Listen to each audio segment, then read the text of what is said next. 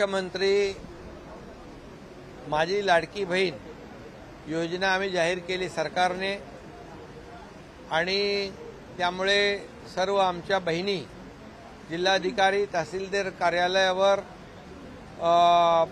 आपल्या या योजनेमध्ये सामील होण्यासाठी योजनेचा लाभ घेण्यासाठी जी गर्दी झालेली आहे आणि आमच्या भगिनींना वाटतं की 15 दिवसामध्ये आम्ही जर ते निकष आणि पात्रता पूर्ण केली नाही, आम्ही नोंद केली नाही तर आम्हाला लाभ मिळणार नाही असा जो काही गैरसमज पसरलेला आहे महाराष्ट्रातल्या आमच्या बहिणींच्या मनामध्ये, तो आज आम्ही बैठकी घेऊन दूर केलेला आहे। ही योजना जी आहे त्याचे जे काही प्रक्रिया आहे त्याची मुदत 31 ऑगस्टपर्यंत वाढवण्यात आलेली आहे। 31 ऑगस्टपर्यंत सगळे जी काय प्रक्रिया आहे ती महिला भगिनींनी पूर्ण करायची आहे आणि त्यांना लाभ जो आहे मी ऑगस्टमध्ये जरी हा फॉर्म भरला किंवा पात्रता सिद्ध झाली तरी त्यांना जुलैचा 1 जुलैपासून पैसे मिळणार आहेत। 1 जुलै मग ऑगस्टमध्ये झालं तर जुलै आणि ऑगस्टचे 2 महिन्याचे पैसे मिळतील आणि जी काही गर्दी झाली आहे जे निकष जे आहेत ते देखील आम्ही सुलभ केलेले आहेत, सुटसुटीत केलेले आहेत। त्याच्यामध्ये जन्माचा दाखला असेल, त्यांच्याकडे जे काही डोमिसाईल आपण मागतो अधिवास त्याच्या बरोबर त्याच्याऐवजी समजा जन्माचा दाखला असेल, शाळेचा दाखला असेल 15 वर्षापूर्वीचा, रेशन कार्ड पिवळा आणि केसरी 15 वर्षापूर्वीचा असेल किंवा वोटर लिस्टमध्ये त्यांचं नाव असेल तर त्यांना याच्यामध्ये पात्र धरलं जाईल। त्यामुळे कुठलीही काळजी त्यांनी करू नये, कुठलीही चिंता करू नये।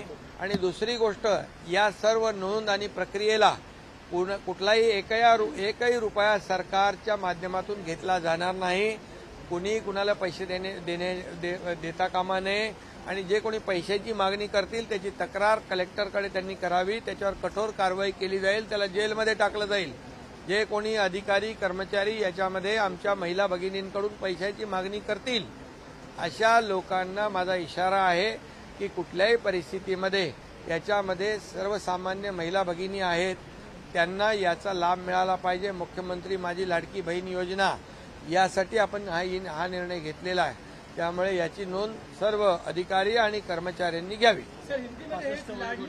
आणि दुसरं याच्यामध्ये आणखी आम्ही असा बदल केलेला आहे की 21 ते 60 वर्ष होतं ते 21 ते 65 वर्ष केलेलं आहे। 21 ते 65 वय गटातल्या महिलांना आमच्या बहिणींना हा लाभ मिळेल।